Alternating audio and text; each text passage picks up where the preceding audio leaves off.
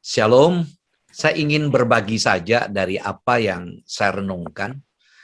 Kebetulan ayat-ayat ini tadi saya rekam dalam rekaman untuk TikTok. Jadi gereja punya TikTok, ya. Jadi ayat-ayat yang pendek bisa memberkati orang lain. Nah, saudaraku, saya ingin sedikit tampilkan inti dari apa yang akan saya sampaikan. Ya, ketika kita bicara tentang pertolongan Tuhan, ini sesuatu hal yang menarik. Saudara, kita akui bahwa hidup ini memang tidak luput ya dari pergumulan.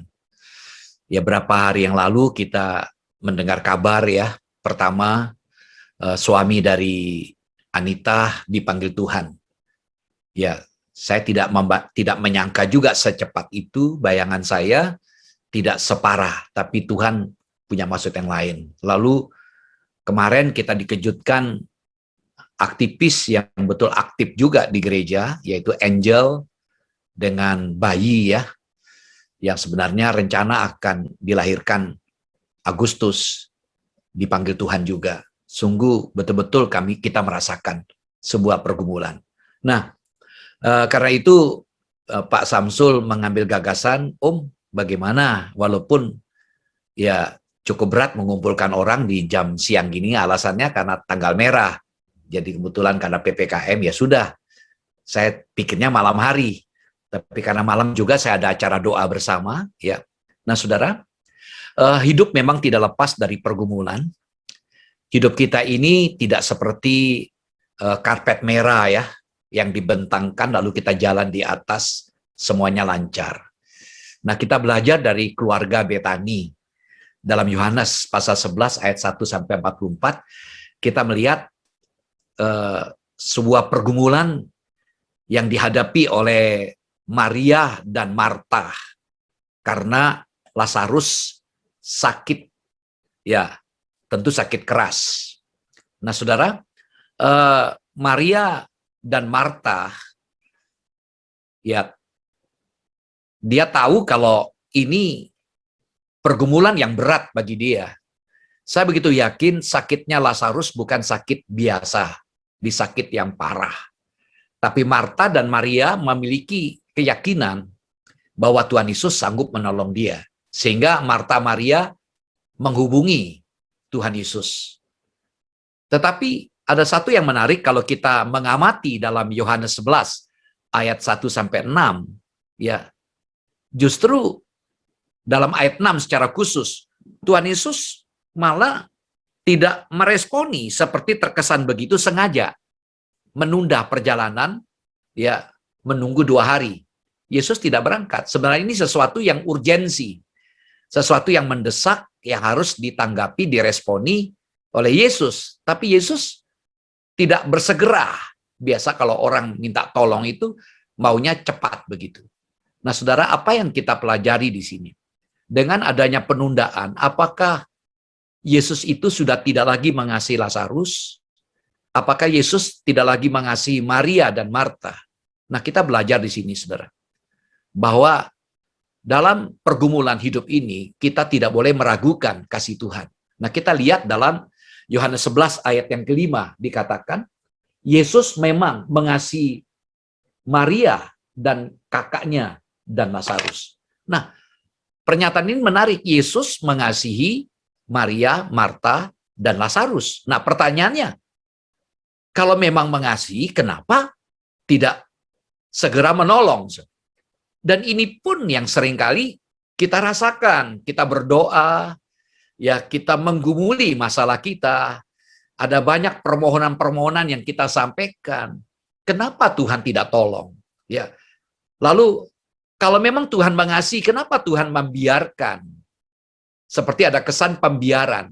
Saudara, pelajaran yang kita terima di sini pertama adalah meskipun terkadang ya kita tidak memahami tentang kasih Tuhan dalam pergumulan yang sedang kita hadapi, kita jangan pernah meragukan Tuhan mengasihi saudara dan saya. Yang sederhana saja bagi saya adalah saat kita bergumul, pandanglah salib. ketika kita melihat salib Kristus, di situ kita menemukan bagaimana besar kasih Tuhan. Dia berkorban untuk kita, dia menyelamatkan kita. Sebenarnya kita lebih pantas untuk dihukum, tapi dia menggantikan posisi kita. Dia rela mati untuk kita. Begitu besar kasihnya. Karena itu, saudaraku, jangan pernah kita meragukan kasih Tuhan. Tuhan tetap mengasihi kita, meskipun mungkin bisa jadi doa-doa kita belum dijawab. Bisa jadi kita belum ditolong, tapi Tuhan tetap mengasihi kita. Yang kedua, saudara, dalam ayat 25 dan 26, dikatakan, jawab Yesus, akulah kebangkitan dan hidup. Barang siapa percaya kepadaku, ia akan hidup walaupun ia sudah mati. Dan setiap orang yang hidup dan yang percaya kepadaku tidak akan mati selama-lamanya. Percayakah engkau akan hal ini? Yesus bicara. Marta waktu bertemu dengan Yesus berkata, Lazarus sudah mati. Yesus katakan, saudaramu akan bangkit. Marta menjawab, iya. Dia akan bangkit nanti di akhir zaman. Nah, disinilah letak ya kesalahan Marta. Dia lupa dia sedang berhadapan dengan siapa. Yang ada di depannya dia ini adalah Tuhan sumber kehidupan. Akulah kebangkitan dan hidup. Nah, ini sumber kehidupan ada di hadapannya dia, itu Tuhan yang sanggup membangkitkan orang yang mati. Sehingga Tuhan berkata, percayakah engkau? Disitulah Marta diyakinkan, dia percaya. Lalu kemudian, ayatnya tidak saya tampilkan, minta maaf, dalam Yohanes 11, ayat yang ke-33, ketika Yesus melihat Maria menangis, dan juga orang-orang Yahudi yang datang bersama-sama dia, maka masgullah hati Yesus, ia sangat terharu dan berkata, di manakah dia kamu baringkan?